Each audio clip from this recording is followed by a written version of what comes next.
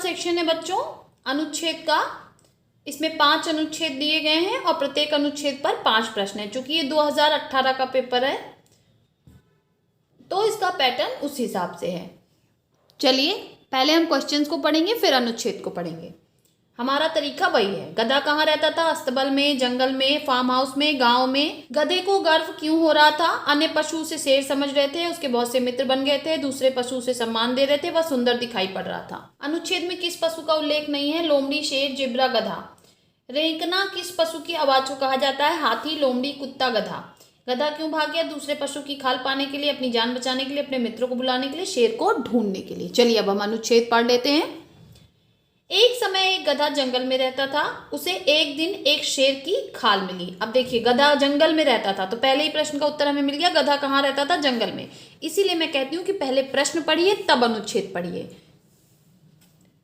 उसने उसे पहन लिया और गर्व से जंगल में भागने लगा। जब पशुओं ने उसे देखा तो डर से भागने लगे। सब ने सोचा कि गधा सचमुच एक शेर है। अब देखिए गधे को गर्व क्यों हो रहा था? अन्य पशु उसे शेर समझ रहे थे, उसके बहुत से मित्र बन गए थे, दूसरे पशु सम्मान दे रहे थे, वह सुंदर दिखाई पड़ा था। क्यों गर्व हुआ उसे? देखिए यहाँ पर लिखा है कि सबने सोचा कि गधा सचमुच एक शेर है तो अन्य पशु उसे शेर समझ रहे थे। नेक्स्ट देखिए, एक दिन इस गधे को एक लोमड़ी मिली। लोमड़ी भी डरी और भाग गई। गधा अन्य पशुओं की प्रतिक्रियाएं देखकर इतना खुश हुआ कि वह चुप ना रह सका और वह अपने नए वेश को भूल गया और रेकने लगा। तो कौन रेक रहा है बच्चों? गधा। तो यहाँ पे पूछा था रेकना किस पशु की आवाज को कहा जाता है? तो गधे को सही ऑप्शन हमारा हो जाएगा। ज्यों ही लोमड़ी ने उसका रेकना सुना वह उल्टा लौट आई। सभी पशु अब समझ गए थे कि वह शेर नहीं है बल्कि शेर के खाल में गधा है। गधा अपनी जान बचाने भागा।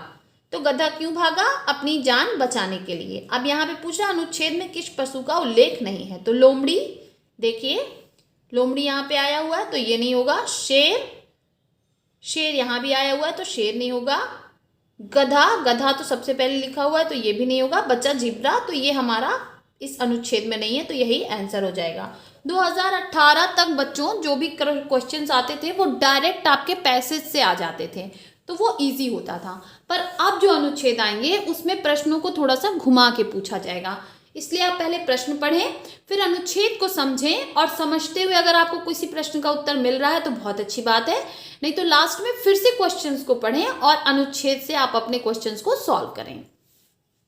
दूसरा अनुच्छेद देखते हैं बच्चों। पहले क्वेश्चन पढ़ लीजिए। हाथी एक दिन में कितने घंटे खाने में बिताता है? 10 से 12, 14 से 16 घंटे, 12 से 16 घंटे, 16 से 18 घंटे। हाथियों को शाकाहारी क्यों कहा जाता है? वे केवल सब्जियां और फल खाते हैं, वे केवल पत्तियां और घास खाते हैं, वे पत्तियां, फल और पौधे खाते हैं, वे केवल पेड़ों और फलों को खाते हैं। भारतीय हाथी क्या करना पसंद करते हैं? गन्ने खाना, फसल उजाड़ना, शोर करना, दूसरे पशुओं को खाना। अपनी फसलों से हाथियों को भगाने के लिए किसान क्या करते हैं? उनके पीछे भागते हैं, उन पर बंदूक चला देते हैं, शोर मचाते हैं, खेत के चारों ओर दीवार बना देते हैं। निम्नलिखित में से नष्ट करना का विलोम शब्द कौन सा है? शोर करना, भागाना, विरोध करना, रक्षा करना। चलिए अब हम अनुच्छेद पढ़ते हैं। एक हाथी दिन के 16 से 18 घंटे खाना खाते हुए बिताता है। देखिए पहले प्रश्न का उत्तर हमें मिल गया। एक हाथी कितने घंटे खाना खाने में बिताता है? 16 से 18 घंटे। एक पूर्ण विकसित हाथी प्रत्येक दिन 137 किग्रा से अधिक खाना खा सकता है। हाथी शाकाहारी पशु है। वे पत्तियां, कोमल डंठल, जंगली झाड़ियां और पेड़ों के फलों को खा जाते हैं। क्या क्या खाते हैं बच्चों? पत्तियां, डंठल और जंगली झाड़ियां, पेड़ों के फलों को। देखिए अब यहाँ पर क्या लिखा है? केवल सब्जियां, फल नहीं, केवल पत्तियां और घास नहीं, वे पत्तियां, फल और पौधों को खाते हैं, वे केवल पेड़ों और फलों को खाते हैं। तो केवल जिसमें लगा वो सही आंसर नहीं बच्चों। जहां लिखा है पत्तियां, फल और पौधे खाते हैं यही हमारा सही आंसर हो जाएगा। आगे देखिए, भारतीय हाथी बांस के पौधे खाना पसंद करते हैं। हाथी भोजन और पानी खोदने के लिए पेड़ की खाल चीर कर अलग करने के लिए अपने दांतों का उपयोग करते हैं। वे अपनी सूंड का उपयोग भोजन को अपने मुंह में रखने के लिए करते हैं। हाथी किसी पेड़ को इतना झुका सकते हैं कि उसका बच्चा उसकी पत्तियां खा सके। एक वयस्क हाथी एक दिन में 18 से 26 गैलन पानी पी सकता है। हाथी प्रायः किसानों की फसलों को बर्बाद कर देते हैं। उन्हें गन्ने खाना पसंद है, इसलिए किसान किसान को खेतों की रक्षा करनी पड़ती है। जब किसान हाथियों को देखते हैं तो वो बहुत जोर जोर से शोर करते हैं। कभी तो वे भाग जाते हैं पर प्रायः वह कोई चिंता नहीं करते। तो अपनी फसलों से हाथियों को भगाने के लिए किसान क्या करते हैं? शोर मचाते हैं। यही आंसर हमारा हो जाएगा, क्योंकि यहाँ देखिए लिखा है जोर जोर से शोर मचाते हैं। आगे देखिए, वे खेतों में आ जाते हैं और गन्ने उखाड़ते हैं। हमें अपने वनों की रक्षा करनी होगी ताकि हाथियों को उनका भोजन वहीं मिल जाए। तब वे खेतों में नहीं घुसेंगे और फसलों को नष्ट नहीं करेंगे। मनुष्यों को और पशुओं को खुशी के साथ साथ साथ रहना चाहिए। अब बच्चों 3 प्रश्नों के उत्तर हमें मिल गए, 2 प्रश्न बचे हैं तो देख लेते हैं। भारतीय हाथी क्या करना पसंद करते हैं? तो देखिए यहाँ पर लिखा है उन्हें गन्ने खाना पसंद है। तो हमारा सही आंसर क्या हो जाएगा? गन्ने खाना। अगला देखिए, नष्ट करना का विलोम शब्द है। तो नष्ट करना मतलब किसी चीज को समाप्त कर देना। तो नष्ट करना का उल्टा क्या होगा? शोर करना नहीं, भगाना नहीं, विरोध करना नहीं, रक्षा करना। सही आंसर क्या हो जाएगा बच्चों? रक्षा करना। नष्ट करना मतलब किसी चीज को खत्म करना और रक्षा करना मतलब किसी चीज को बचाना। नेक्स्ट अनुच्छेद, पहले क्वेश्चंस को पढ़ लें। तुलसी के बारे में निम्नलिखित में से कौन सा सत्य नहीं है? यह सुगंध देती है, तनाव दूर करती है, स्वास्थ्य के लिए अच्छी है, इसका मूल स्थान पश्चिमी यूरोप में है। विश्व में तुलसी की कितनी किस्में हैं? 100, 170, 150, 160। तुलसी के पौधों को मंदिर के बाहर क्यों उगाया जाता है? पथिकों की प्यास नियंत्रित करने के लिए, पथिकों को थकान का अनुभव कराने के लिए, मंदिर के चारों ओर खुशबू फैलाने के लिए, ईश्वर की पूजा करने के लिए। तुलसी का मूल निवास किस देश में है? इंग्लैंड, भारत, चीन, इटली। शहद और तुलसी का मिश्रण स्वास्थ्य के लिए अहितकर है, स्वास्थ्य के लिए हितकर है, हमारे लिए थोड़ा सा हानिकारक है, स्वास्थ्य के लिए थोड़ा सा लाभकारक है। चलिए अब हम अनुच्छेद पढ़ लेते हैं। तुलसी का पौधा अधिकांश भारतीय घरों में उगाया जाता है। इस बूटी से मधुर सुगंध आती है।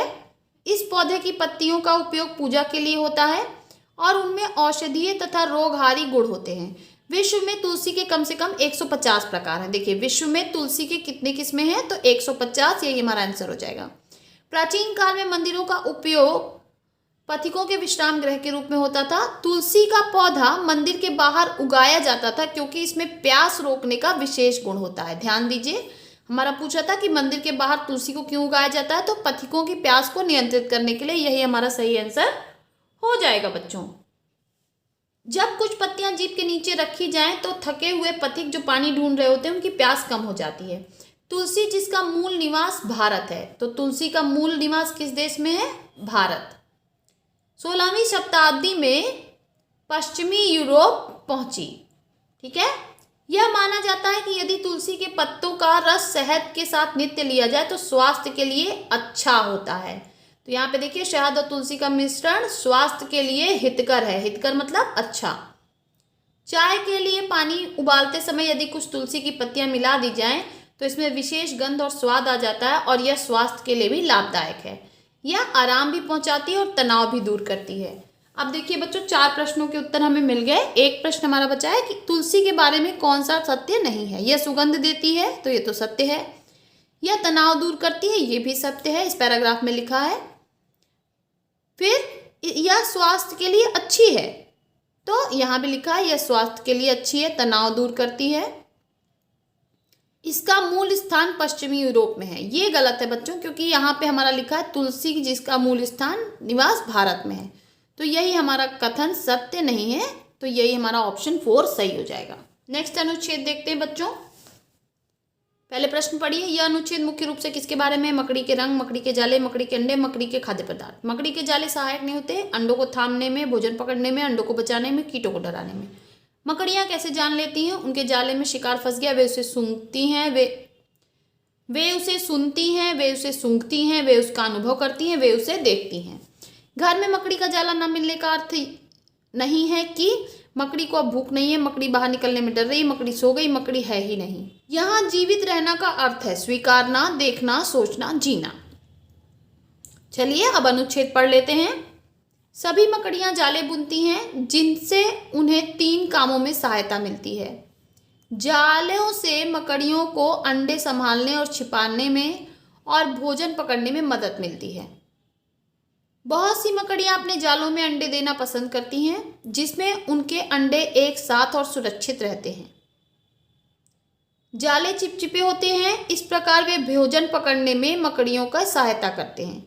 जब कोई कीट जाले में उड़कर आता है तो फंस जाता है, इधर उधर हिलता है, बाहर निकलने का प्रयत्न करता है, पर ऐसा नहीं कर पाता है क्योंकि वह फंस गया होता है। मकड़ी जान लेती है कि कीट फंस गया है क्योंकि उन्हें जाले के हिलने का अनुभव होता है और मकड़ी कीट तक पहुंच जाती है। देखिए यहाँ पूछा था मकड़ी कैसे जान लेती है जाले में शिकार फंस गया, तो वे उसका अनुभव करती हैं। यहाँ पे लिखा है ना, उन्हें हिलने का अनुभव होता है।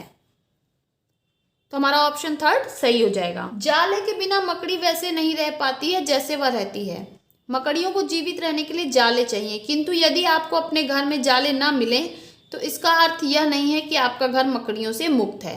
कह रहा है घर में मकड़ी का जाला ना मिलने का यह अर्थ नहीं है कि क्या, कि मकड़ी को अब भूख नहीं है, मकड़ी बाहर निकलने में डर रही है, मकड़ी सो गई है, मकड़ी है ही नहीं। तो यहाँ हमारा ऑप्शन 4 हो जाएगा, क्योंकि यहाँ लिखा है कि आपका घर मकड़ियों से मुक्त है, यानी आपके घर में मकड़ी है ही नहीं। तो ऑप्शन 4 हमारा सही हो जाएगा।